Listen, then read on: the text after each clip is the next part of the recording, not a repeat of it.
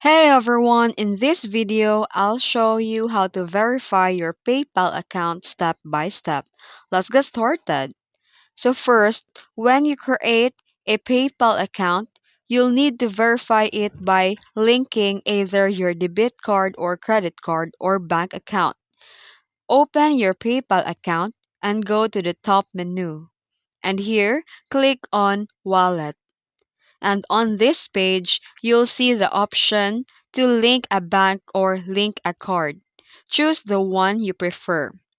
Then, if you select Link a card, enter your debit or credit card details. Once added, PayPal may send a small charge to confirm your card ownership. And if you choose to link a bank account, PayPal might send a small deposit to your bank. Check your bank details for a code included with the deposit to enter it back to PayPal to verify your account. And once verified, PayPal removes initial sending and receiving limits. In some cases, PayPal may later ask for additional documents like passport, driver's license, or utility bill for full verification. And that's it. You're now verified your PayPal account. If this video helped you, don't forget to like and subscribe for more tutorials. Thanks for watching.